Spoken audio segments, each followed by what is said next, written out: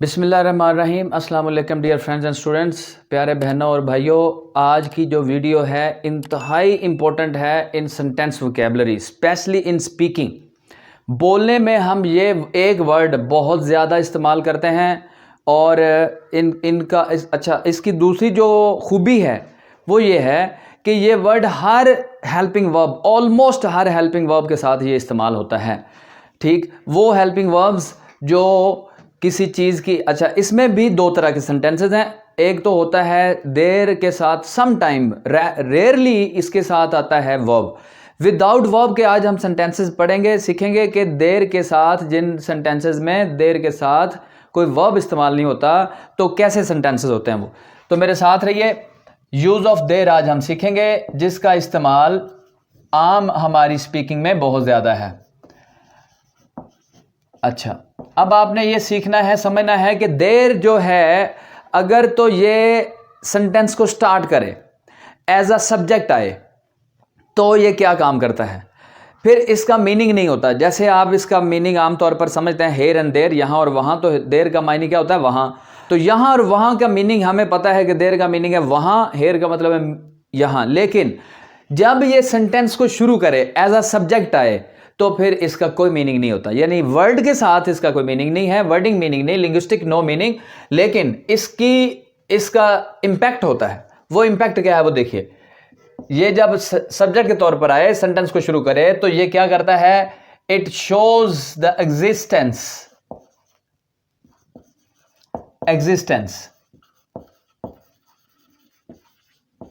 Existence of any noun. जो sentence में उसके बाद वो नाउन आने वाला होता है, उस नाउन की एग्जिस्टेंस बताता है। एक नाउन यहां पर प्रेजेंट है, मौजूद है, एग्जिस्ट कर रहा है। तो अब देखिए ज़रा कि हमारी लाइफ में कितनी चीज़ें जो सारी की सारी, माशरे में, घर में, स्कूल में, कॉलेज में, सड़कों पर, बागात में, सब जगहों पर हर चीज़ मौजूद आपको मिलती है। वो सब की सब सेंटेंस के अंदर आप यूज़ करेंगे तो देर का इस्तेमाल करेंगे। ओके, तो इसका आप देखिए कि इसकी दूसरी जो क्वालिटी मैं कह रहा हूं कि सारी ऑलमोस्ट हेल्पिंग वर्ब्स के साथ इस्तेमाल होता है according to the requirement of Urdu sentence, right. तो देर के साथ आप लगा सकते हैं। देखिए,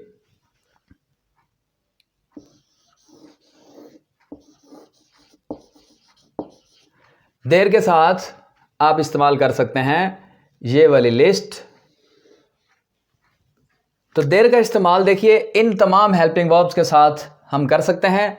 जैसे प्रेजेंट में there is, there are, past में there was, there were, future में देर विल बी और देर शैल बी भी हम इस्तेमाल कर सकते हैं, बट वेरी रेयरली।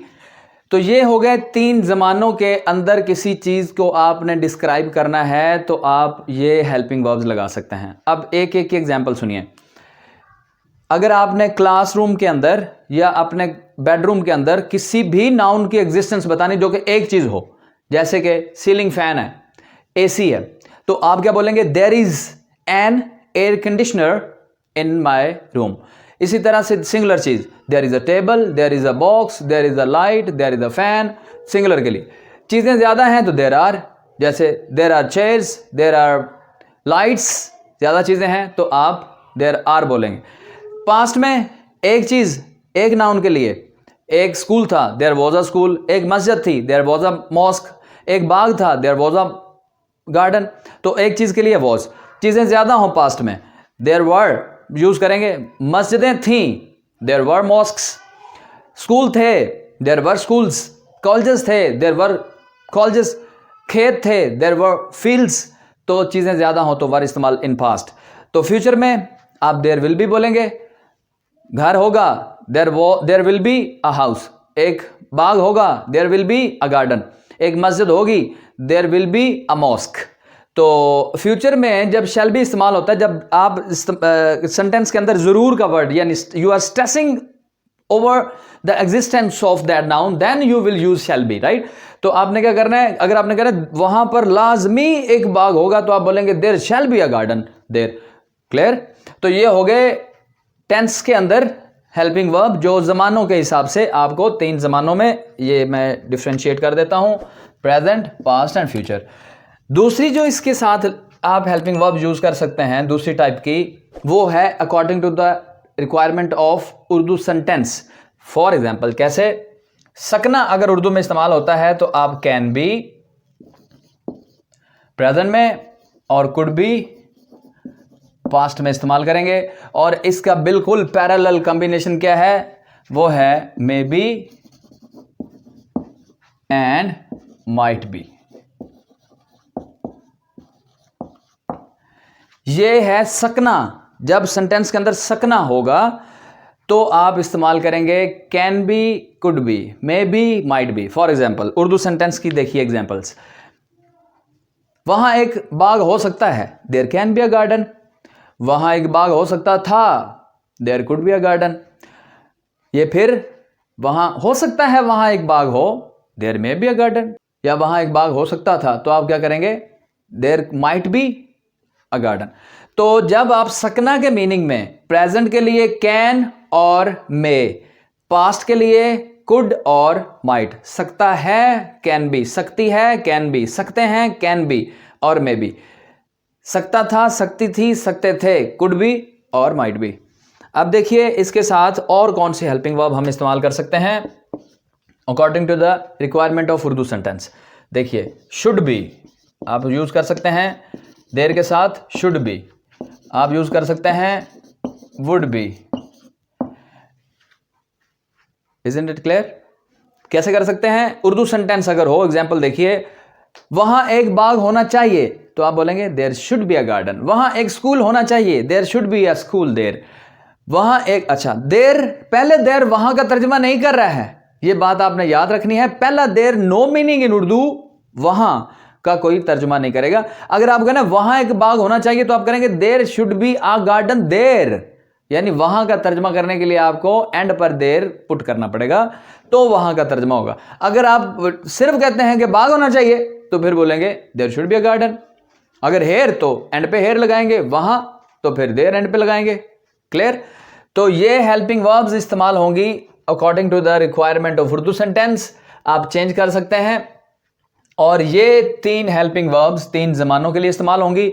तो अब देखिए कि आपको अगर अपनी लाइफ में कितनी जगहों पर, डेली लाइफ में कितनी जगहों पर ऐसा बोलना पड़ सकता है, बोलना पड़ता है, हम बोलते भी हैं, जिनमें हमने किसी चीज़ की एग्जिस्टेंस, मौजूदगी का जिक्र करना होता है कि ये चीज़ यहां पर है। फॉर एग्जाम्पल आपको इस टेबल पे एक कप पड़ा है या ये मेरे हाथ में मार्कर है, तो इसकी कैसे मैं बताऊंगा मेरे हाथ में एक मार्कर है, देर के साथ। ठीक?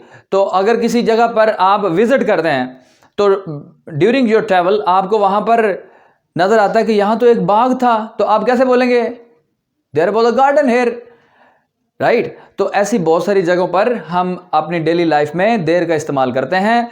जब there, I am going to summarize the topic minute for just 1 minute, कि जब देर सब्जेक्ट के तौर पर आए as the start of the sentence अगर आए तो आप इसके साथ ये सारी हेल्पिंग वर्ब्स इस्तेमाल कर सकते हैं। इनका उर्दू मीनिंग आपको पता होना चाहिए, पता भी होगा, यानी इज और आर प्रेजेंट में, वॉज वर पास्ट में और will be shall be future में इस्तेमाल होता है। ये किसी चीज़ का होना जाहिर करता है। ठीक हो गया जी? तो ये सारे क्या होना जाहिर करते हैं। ये मैं एक और वीडियो में आपको, ये आप देख रहे हैं सबके साथ बी का इस्तेमाल हुआ है ये सारे, और ये बजाते खुद बी की ही औलाद हैं, ये सारे बी के ही बच्चे हैं, ऑफस्प्रिंग ऑफ बी। तो बी इनकी मदर है। इनके ऊपर मैं एक और वीडियो में आपको डिस्क्राइब करूंगा कि बी जो है ये कौन सी हेल्पिंग वर्ब है।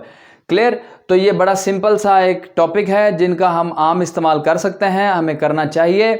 तो इनको आपने अपनी लाइफ में इस्तेमाल करने की कोशिश करनी है। इसके लिए भी आपने 100 सेंटेंस वोकैबुलरी प्रैक्टिस के तौर पर आपने अपनी नोटबुक्स पे बनाने हैं ताकि आपको और इसके आप अगर अपने ही बेडरूम में सेंटेंस देखें, अपने घर के सेंटेंस बनाना शुरू करें तो हर चीज़ के साथ आप ये देर का लफ्ज़ इस्तेमाल करके, अगर वो सिंगुलर है इज लगाएं, प्रेजेंट में है तो इज लगाएं, ज़्यादा है तो आर लगाएं, सिंगुलर है पास्ट में तो आप उसी सेंटेंस को पास्ट में भी कर सकते हैं, उसी को आप फ्यूचर में बना सकते हैं, उसी को आप इनके साथ भी यूज़ कर सकते हैं। तो hopefully you have much enjoyed the today's topic and understood very well. तो इसके ऊपर आपने प्रैक्टिस करनी है। I will meet you soon in another video. तब तक के लिए अल्लाह हाफिज़, बाय।